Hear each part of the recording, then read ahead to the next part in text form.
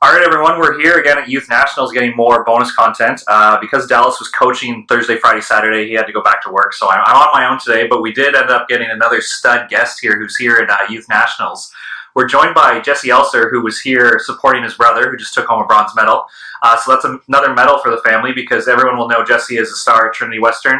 He's been a part of the Volleyball Canada program, going back to his youth days, won a 17U national championship with Canuck. He won a beach national championship with Max Elgert. He beat friend of the show Xander Kaczynski and Jack McBain in that one. I'm sure we'll hear more about it. And his brother Matthias just won a silver at the Pan Am Cup. So it's going in the family, and he's off to Gatineau tomorrow. So we're lucky to get him before he leaves Toronto. So welcome to the show, Jesse. Thank you. Thanks for having me. Awesome. So I guess we'll start with the obvious. What was it like watching Aaron play this weekend? I hate it. I hate watching. It's so stressful. I don't think I could ever be a coach for that reason. I feel like I have no control. I hate the strong word, but I enjoy watching him play and watching him grow over the years. But I hate the feeling it gets me when it's 23, 23 and I can't do anything about it. I think that's what every parent goes through, or at least if you're a coach, you might feel like you can make a timeout or call a sub or at least feel like you're involved. But as a parent or a spectator, you're kind of just holding on, right? You're kind of hoping. Right? No, absolutely. I know. So he's a part of a very special club. Canuck actually played each other in the semifinals, and then obviously one went on to win the gold medal, and the other went on to win the bronze. Yeah. Looking back at your club days, has the level changed at all? Like, what's going on in Calgary? How come there's all these boys like coming through that are just studs? It's actually funny you should say that. Last night, me and my teammate Maddox Greaves, who's also at Trinity, and his brother's also my brother's team, we were watching our U16 highlight videos, and I don't know. I think it's partly due. My dad thinks it's partly due to the FTC being in Calgary and those national team guys staying there, living there, and having kids. That's partly due to it. But I think it's just a big enough place with not as many club teams. So whereas Toronto might have, I don't know, how much clubs does Toronto have? Let's just call it easy. There might be just under a dozen, right, just to round up. But so, there's a lot of options. So we have 3. So I think it gets, the less impactful players might get weeded out earlier on, and I think that might be partly due to the fact that they're always pretty solid. That's a good point about the FTC days, because the Greaves family is obviously a big part of the community. Both sons played on the gold medal winning teams. No, excuse me, they're on your brother's team, so they're on the bronze medal team. Yeah. And I noticed Calgary, really good coaching. Your dad's still involved. Durant was here, who's a coach at Calgary University. He's coaching club, right? So it sounds like you guys are just surrounded by some great volleyball minds all the time. Yeah, well, and we have even more big names like Bruce Edwards. He helps out with that team a lot. His son's also on that team. A ton of Greg Williscroft is still in Calgary. A lot of those, call them old, not old, but a lot of those old players who have kids who grew up in the Canuck club. So nice. And what do you remember from your club days? So I think people in that generation will remember the year you won. You guys beat a very good Pac-Man team that had Thomas Sora, Shawan was the big gun, Jordan Figueroa was setting. Parvier was there. I think Tariq played Storm that year, so there was a lot of good players in the age group. Pierce Johnson, a good Ontario guy, was at London Fire with a couple other guys like Taylor Jordan and David Doughty was setting. There was a bunch of good players on a bunch of clubs. What do you remember from that year and how successful you guys were? Because obviously you were the one that everybody had their eye on during that tournament. Well, that was my last season playing middle, so that was a big change. My first time ever playing outside was actually the national final. Second sentence, I said national final. So that was a big, for me personally, that was a big changing moment, or turning moment, whatever you want to call it. But I think overall, we hadn't been challenged very much in our home province until the following season, where we didn't win a single AVA or provincials. Wow. The Fog team ended up winning nationals, beat us every time. But that year, I think that was just our year. We all peaked. All our guys had stopped. Most of us had stopped growing, started to fill out, and we were clicking as a team. I think your club coach at that time was Ian, right? Ian Halliday, who was a part of the national team on the sitting side. I think he was a part of the program during that time. So again, another good coach in Calgary. What went into the decision to move you to the wing from middle all year? Well, I was staying in the back row, so I didn't get liberoed out, so I would hit the D ball, the C ball, or whatever you want to call it. And then we just couldn't stop Shawan. I was the biggest guy on the court, so okay, just throw your hands up there and try and get some sort of touches. And I don't know if that's the reason we won, but it definitely helped, I think. And then I kind of fell in love with that position, and it was sweet. Nice. And you mentioned that was the first time you played outside, but that was one of the last times you got to play club because you made the tough decision in your true 18 year. I think you were playing up the year you won 17, right? Or was that your true 17? You were playing No, up. I was played up my U17 and my U18 year. Oh, so you did get a year of 18 year, but your true 18 year, you actually decided to move to Gatineau. Correct. And you switched high schools. Is that true? I switched high school, switched provinces, switched living situations. Yeah, kind of. Nice. So what went into that decision? Because I think at that time you were one of the first guys in a long time to kind of go straight from high school to the FTC. Actually, as a grade 12 student to do that, you might be the first ever. I'm not sure. We'll have to fact check on that one. Dallas, you can do that.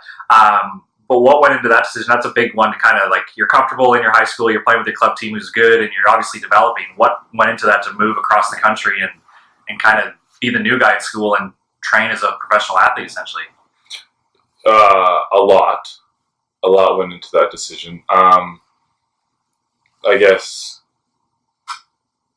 I should start by saying it wasn't my decision at the beginning. I didn't reach, I wasn't like, oh, I'm going to go out there in my grade 12 year. So they contacted, I don't know how the chain went down, but their idea was to start training national team players at a younger age and get international exposure to younger athletes. And somehow my name got brought up in the list of athletes. And they contacted my dad because my dad was coached by Julian, the director of Volleyball Canada. And they said, would Justin be interested? And first I was like, oh, absolutely. That's the best thing ever. Obviously I'd want to play for the national team. And then, my dad and my mom sat down and kind of wrote out all the pros and cons, and you'd be living away from home, cooking all your meals, you have no friends, blah, blah. And I started to I don't know if I want to do this. This sounds pretty hard. All my friends are here. My brothers. That was the first time I ever got to play with my brother. Because I would have been in grade 12, he was grade 10. So we played high school together. And he ended up playing on that club team that I missed out on. Right. So it was a whirlwind of emotions. And I should say we made this decision about 2.5 weeks before I ended up going out there. So we were on vacation in the shoe swap in BC. And every morning my parents were up early, researching schools, bus routes, all this stuff, trying to figure everything out. And finally I was like, yeah, let's do it. I need to, if I want to do something good in the sport, I need to be challenged. And I knew I was going to be very challenged in that year of club. Not saying it's not good volleyball, but I knew I wanted to challenge myself, and it'd be a cool stepping stone for me. And yeah, it wasn't an easy decision, that's for sure. And then you mentioned school. School was, if I would do it again, I would go again, but I would do school differently, because I definitely missed out on the social aspect of grade 12. I didn't go to prom or whatever you call it out here. Mm-hmm. I didn't go to grad or prom or the banquets, or I didn't have very many friends. I made a few friends with the Ottawa 67s, because I went to a special school where they kind of had a flexible time schedule, so you could train and go to school and do online classes and kind of all this stuff. So we were in the same boat, so I made it I guess we were classmates, but we didn't say we were friends. Right. So I definitely probably try and make it harder or a better effort to make friends and have a social life, especially being a young kid trying to train twice a day and eat and live some sort of healthy lifestyle is pretty hard on me. So my brother Matthias was just out there this year, and that was my kind of piece of advice to him, was do something you should your own age, like other normal kids. Right. So what went into a typical day? Did you live in Gatineau and commute to Ottawa to go to school, or did you live in Ottawa and commute to Gatineau to train? What was that experience? Yeah, I lived in Gatineau, and I went to school Monday, Tuesday, Thursday, Friday was a half day. But we had 3 10-week semesters, so it was super condensed semesters. And I only went to school from 8 till about 12. So I'd go to school for 2 hours, I was doing about 3.5 hours, do my 2 classes, and then come home. Well, usually I wouldn't come home, actually. I'd go straight to the gym, pack lunch in the morning, work out with Dan Lewis, get some rest with Dan Lewis, because all the other guys would work out and get reps in the morning, go home, nap, have lunch, and come back, and then it was everyone together doing team play and all the drills and stuff like that. So I kind of do my reps and work out on my own right after school, kind of just rest in the team room for 20 minutes until everyone else came, and then do the whole. So I was doing 3.5 hours, 4 in a row, kind of with little breaks in between, trying to catch up to everyone else after school. Nice. And you mentioned to me before the show, but do you mind going over it again? Just who some of the people were at the center, because there was quite a different age group. But like you were a true grade 12, and there was guys who had already graduated university. So what was that environment like? I think you mentioned Shawan was there, so there's somebody within like your age group a little bit. But what were some of the older guys that were around? Yeah, well, me and Shawan and CJ Gavlis were the three youngsters, I guess you could call us. But there were some big names like Brooks Sador, played at U of H in Hawaii. Chris Voth actually just committed his retirement or whatever a few days ago. Yeah. Josh McKay, Casey Knight was there for a bit. Jordan Orr was there for a while. Tyler Kozlowski, Jim Bell. I don't think he's playing anymore, but he had a good youth sports career. Arthur Schwartz, he was there actually. Nice. So that's definitely a good group. So did you get the challenge you were looking for that kind of went into your decision to kind of move this way? Like what stood out in your mind right away as somebody who was a good club player against athletes like within your age range? What changed when you were playing against like men essentially? Well, men is right. Well, actually, funny you should mention men. I remember probably my second week there, I was invited over for dinner with Josh Edwards. I don't know if you know him, but I was there with Josh Edwards, Brooks Sador, and Casey Knight, and all three of them had wives and were married. I was like, this is so weird. Like, I'm in grade 12. Like, marriage was such a foreign concept to me. But volleyball-wise, like, I remember just, like, after this probably third day, I was like, man, I'm bad. Like, I remember, like, a whole lot of negative thoughts running through my mind. And, like, calling my dad after the third day and being like, I need help. Like, I don't know how to handle all this. But once I kind of found my groove, especially, like, there were so many different changes going on, like, emotionally, with school, physically, all that. There's just so much going on. Once I kind of found my groove and was able to kind of, like, figure out who I could latch onto. So Brooks Sador was a big one for me. Like, he kind of took me under his wing and invited me over for dinner and helped me with my school and helped me in practice and all that. So once I kind of found my niche, it was really, really good for me. I knew where I needed to be challenged, where I could kind of improve myself, and it was awesome. Yeah, that's funny that you're talking to guys who have wives and are probably thinking about having families, and you're trying to like do math homework and English projects and stuff. I'm still calling my mom every night. They are moms or dads or whatever. So nice.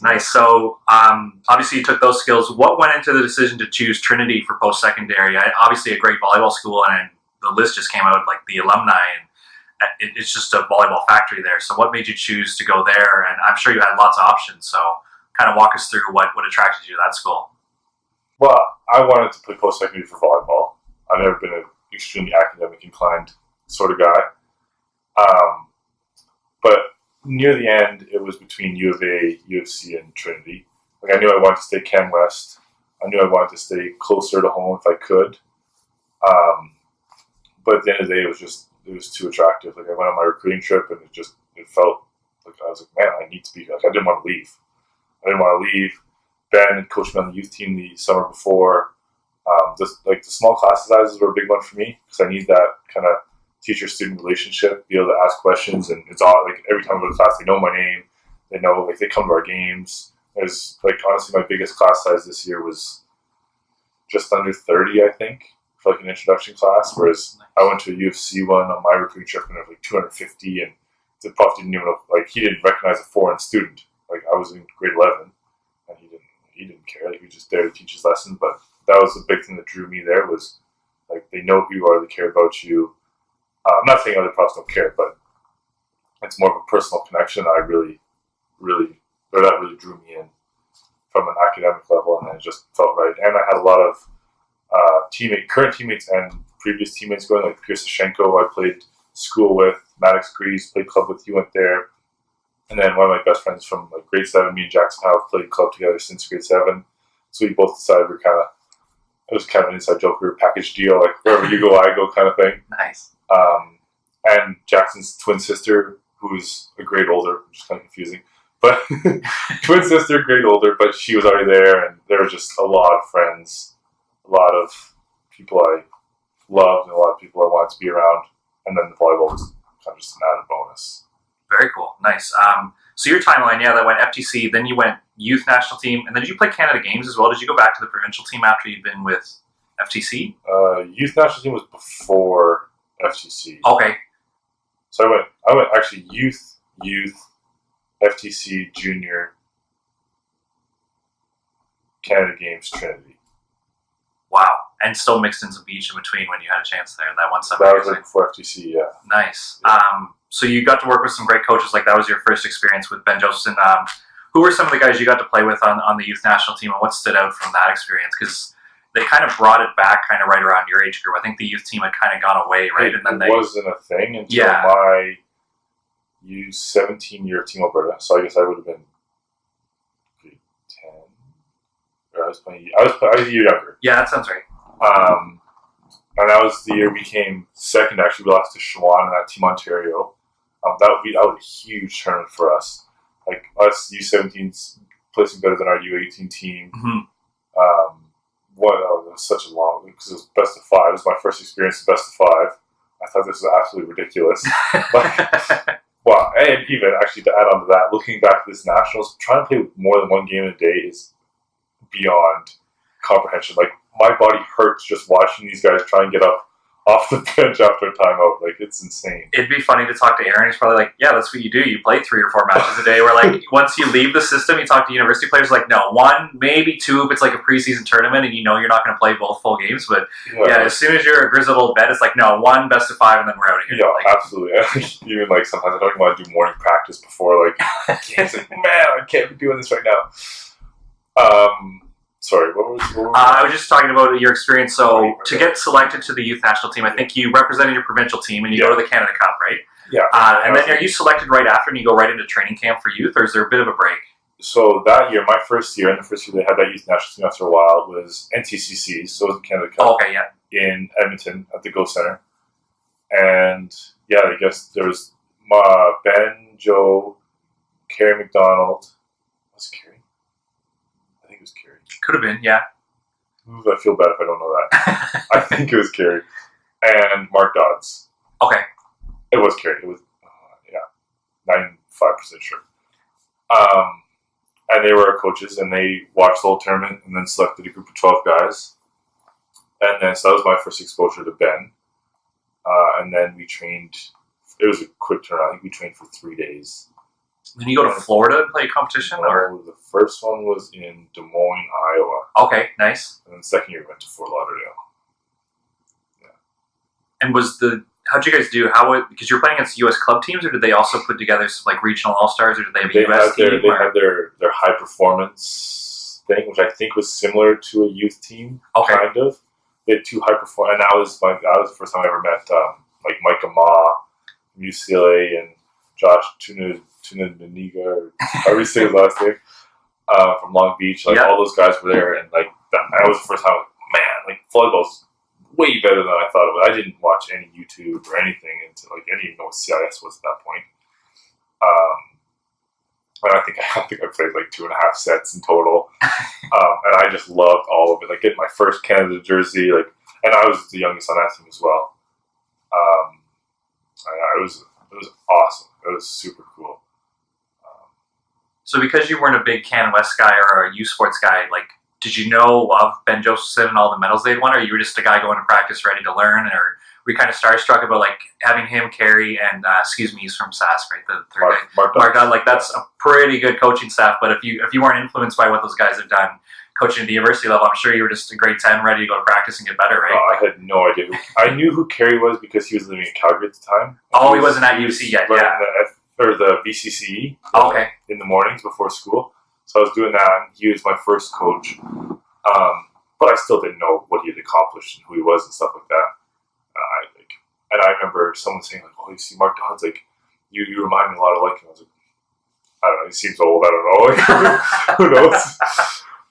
But then I remember, like, once I made the team, we watched old videos of Mark playing against Jiba and stuff. I was like, whoa, like, that's so cool. That's the first time I met first time I was made known of Jiba. And, like, that was a big volleyball summer for me, like, realizing that there was more than just U18 and then you're done. Did you always kind of have goals of playing at the next level and being a national team guy, or was that the first summer where it clicked like, this is really attainable? I always wanted to be a national team guy, but only because my dad played for the national team, and I just knew he did it. I wanted to do it because I thought it was cool. I didn't really know what the steps were to take there and what it meant to actually represent your country and how many different ways you could do that. I didn't know pro was a thing. Like, I mean, now I watch hours of YouTube, different teams, Right, and Perugia and all that. But back then, like, I don't know, I was just nothing. I was just playing, living the dream of what I thought I was doing. nice. So yeah, glad we could follow that timeline all the way through there. So let's get to Trinity, because you started as a first year in a program that was already like very competitive, right? And you guys were very young. Was Eric Lepecki there and also starting? Like, you guys were young on the outside. Eric Lepke was in his second year. I was in my first. And then Jackson Howe also started. He was his first. So we're not the same age, but the same grade. But it was, we did well, but it was also due to injuries, which was unfortunate. So Aaron Betcher, who was our fifth year medal this year, was injured. So Jackson got that starting spot. And then me and Ben Lewin, we alternated Friday, Saturday, all first semester, because there was no clear starter, and then he had some health issues again, and I ended up taking over in the second semester all the way through nationals. But that was probably one of the most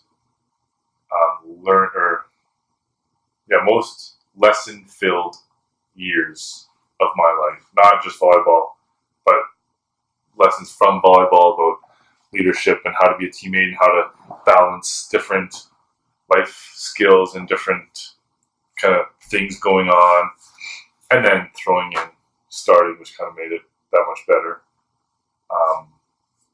So you had already taken some life skills from your choice to go to Gatineau, right? Because you had to cook your own meals and obviously be on time and be in charge of your schedule. Like, your parents were there to take you to school if you didn't want to go and all that. Actually, funny you should say that. When because I was still underage when I was there, so every time I was late for school, my dad would get an email saying, like, your son Jesse Elster is not in school. But I mean, it didn't happen very often. But one time my car broke down, so I had to take it to the shop, so I had to take the bus to school. And because I'm going from Gatineau to Ottawa, I had to wake up at 5:30 or 5:45 to make all my breakfast and make it on time. And I fell asleep on the bus, and I woke up like half an hour past my stop, like 3 missed calls from my dad, like, where are you? Like, what's going on? And I woke up, I asked the bus driver, like, hey, like, how far are we from this stop? He's like, half an hour ago. Like, what? So I didn't go to school that day. Completely missed my stop. Went back. I was stupid. I don't want to go to school. Yeah. Nice. But other than that, there was no parental influences in that scenario. That's an experience that not many grade 12s can have, right? So you're definitely on your own, and that's a good one. Yeah. So can you give an example of kind of those skills that either Benjo or the coaching staff or even the vets at Trinity kind of build in? Like, what does leadership look like at Trinity, and how do they kind of really instill it in the first years? Yeah, well, I feel like we're very, like, we're band brothers in that sense. Like, everyone has each other's backs, everyone has their role, everyone kind of fits, everyone's their own puzzle, or everyone's a piece in the puzzle. And,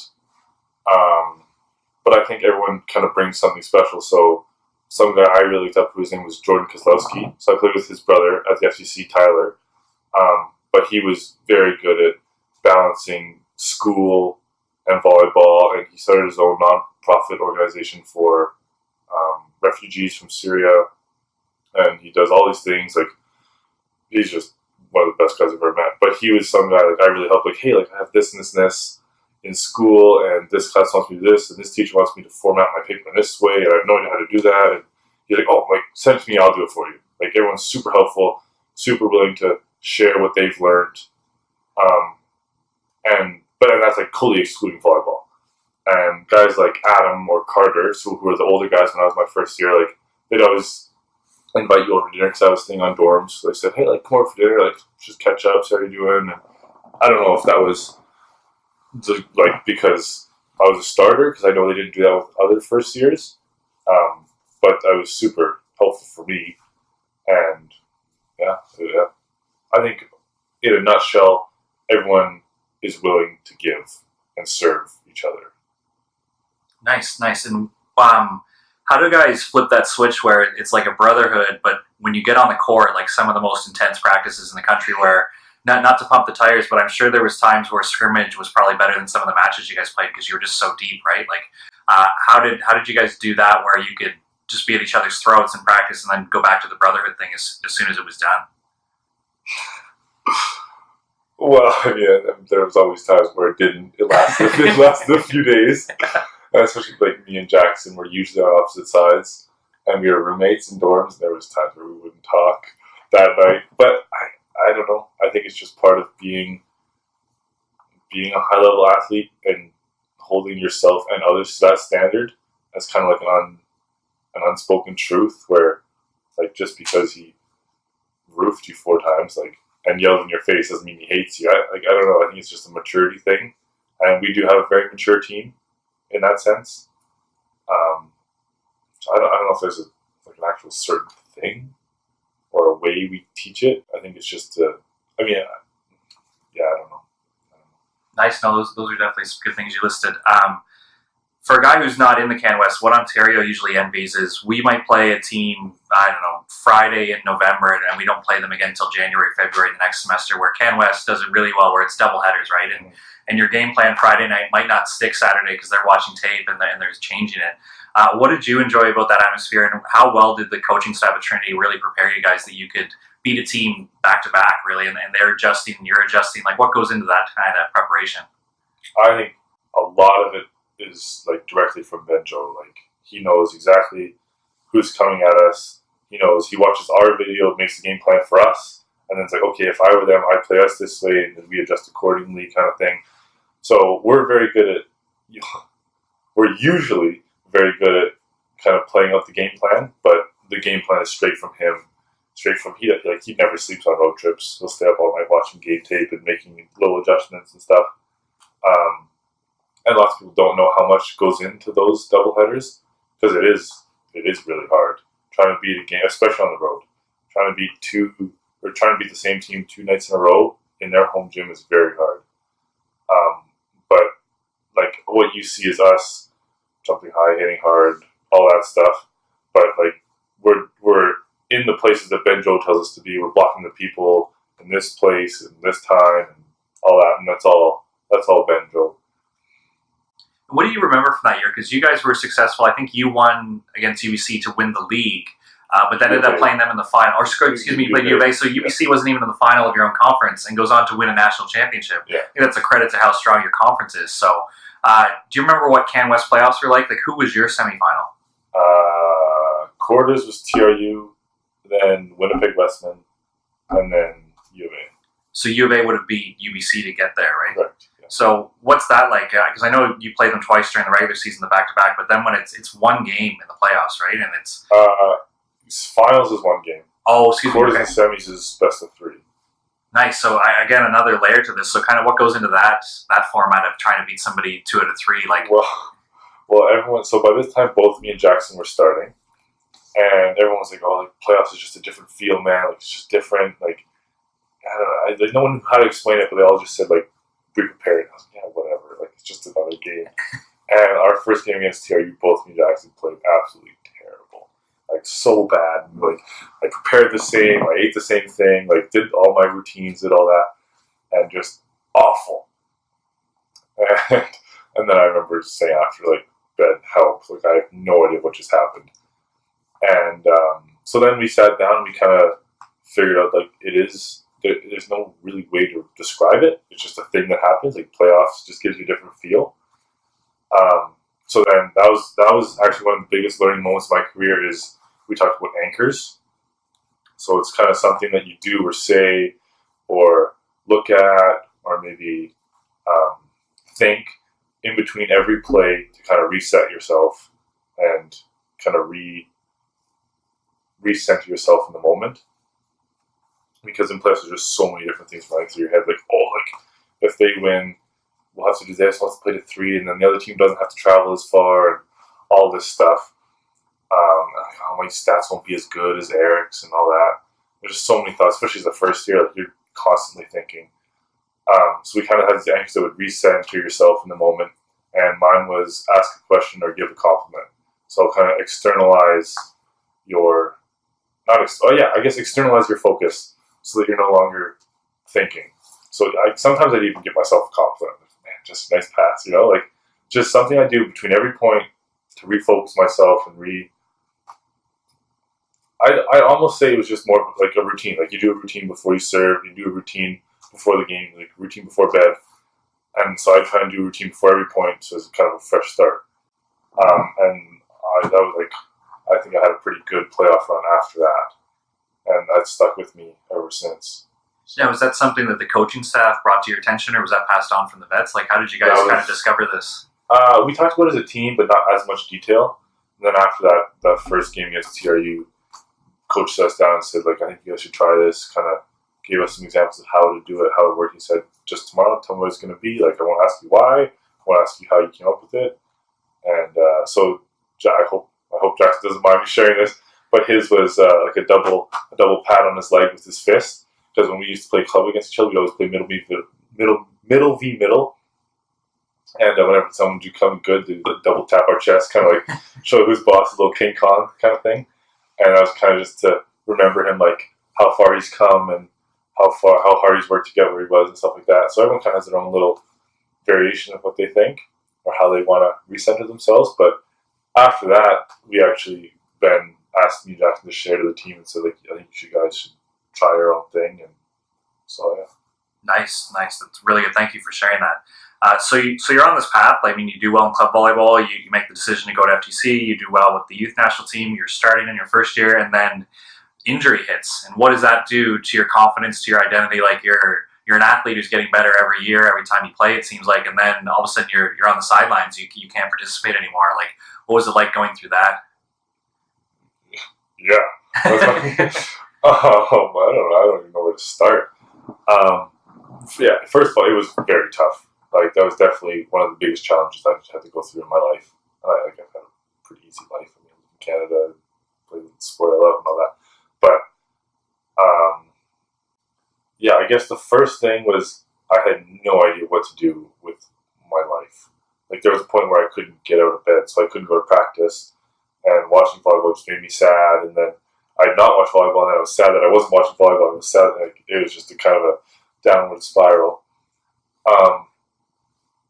But I've always been a pretty, like, hopeful guy. And that was the first time in my life where I was not like, I'm never playing again. I'm never doing this. Like, how am I supposed to do this if I can't get up off the toilet kind of thing? So that kind of took a turn for the worst. I started seeing a counselor. Also I had mono right before I had my surgery. So, like, I had, like, physical health issues and mental health issues.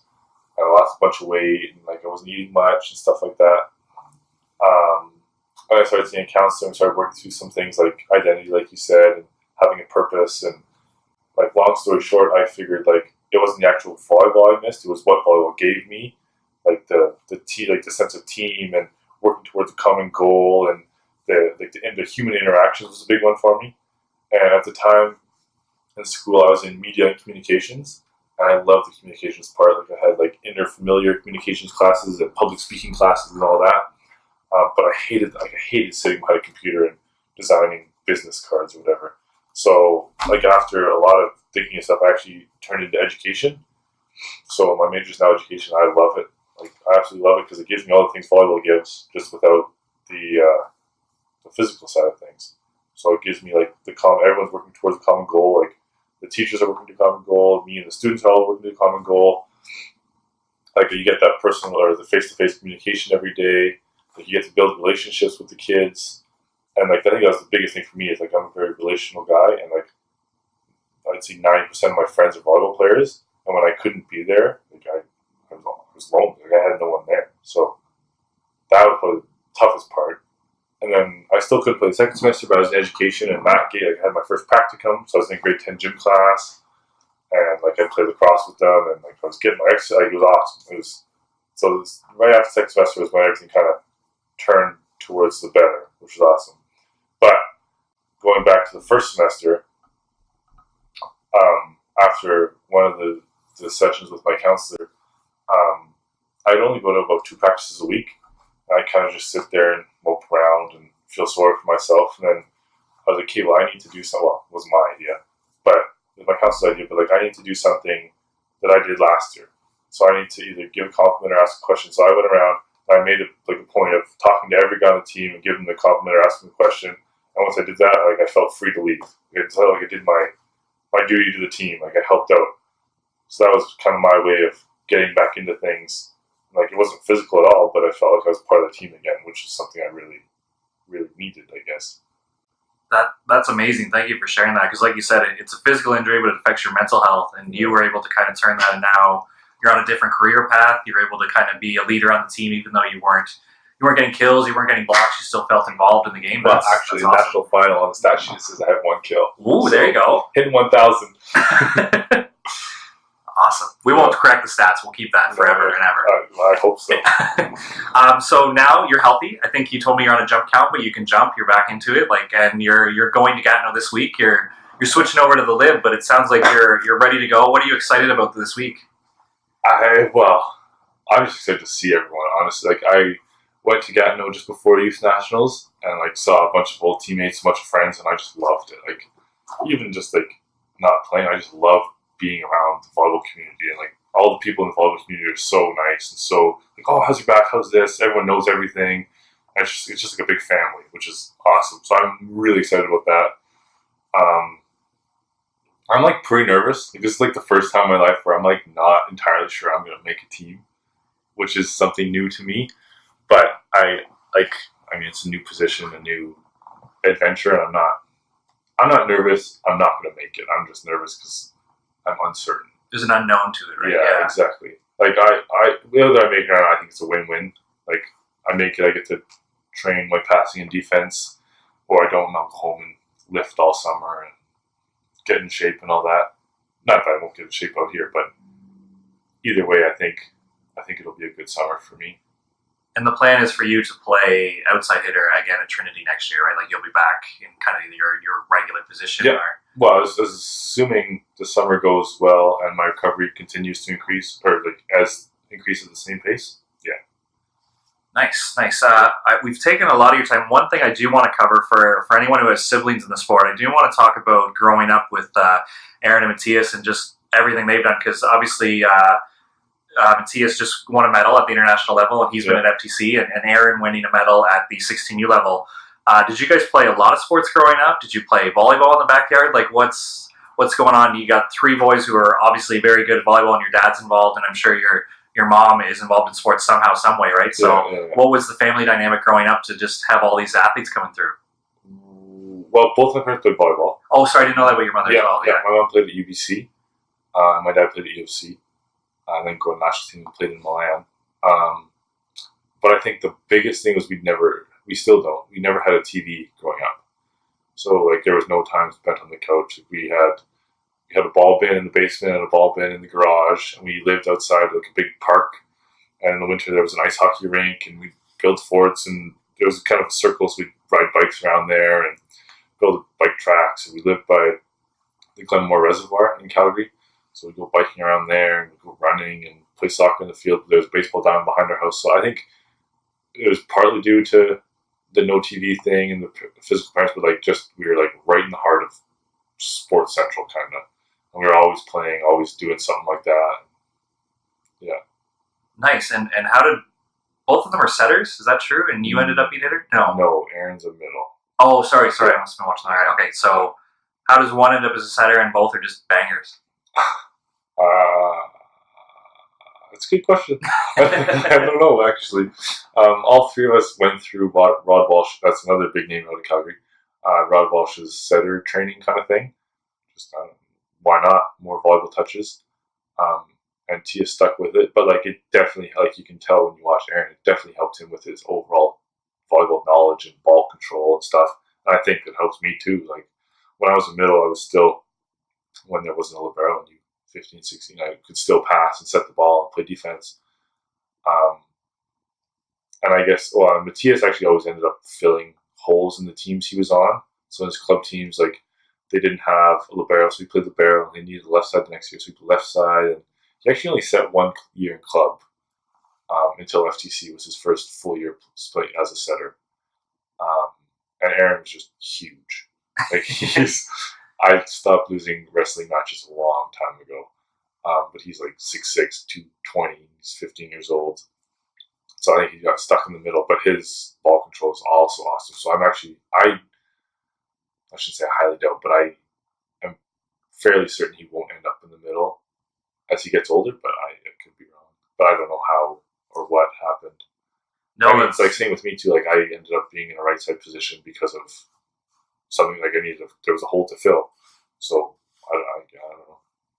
No, that's great. I think that's great for any of our fans listening to be like, how are we going to have a family full of volleyball players? Well, just don't have a TV. That sounds like a simple fix. Like video games, I guess weren't a thing either. Like you guys never got hooked on that. Like No. And we'd always go over to friends' houses because they had a Wii or whatever, and thought it was the coolest thing ever. But still, like we'd come home. So in my first house we had a rock climbing wall in our basement. Nice. And then in our second house we had a thing called the pit. So my dad put chicken wire over the windows. They put really small light bulbs in the light sockets, or whatever the heck you call them. So we would kick balls. We had like a mini sticks hockey net on the wall, and we'd play volleyball down there. And like there was always a place for us to play. There was always some sort of ball or sporting equipment within arm's reach. So nice. Was that the spot for the neighborhood kids? Like everybody would just come over to your house and be active in some sort of way. Like nice. We had fun. Nice. I think that's awesome. Thank you so much for taking the time to do this. I know you're busy weekend of watching volleyball, so you must be a little drained from that. And then you guys have the big road trip to Gatineau tomorrow, and sounds exciting. And I wish you the best of luck with everything you got forward. I can't thank you enough for taking the time to do this. Really appreciate it. Thank you. Awesome. Thank you. Friends of the show, this is Passing Dime's first pledge drive. We're not asking you to tell a phone. We're asking you to tell a friend. We got to spread the message about what Passing Dimes is all about. What do you like? We know what you like. You like podcasts. You like volleyball. You like friendship. Guess what? That's Passing Dimes. If you like what you've heard today and you like other episodes, be sure to subscribe to us on Podbeam, Apple Play, wherever you get your podcasts, and be sure to click our link to our Instagram page to check out snippets from the show and subscribe on Podbeam. Be sure to give us a FIB 5-star major review thing. 5 stars. 5 stars. 5 star. 5-star major.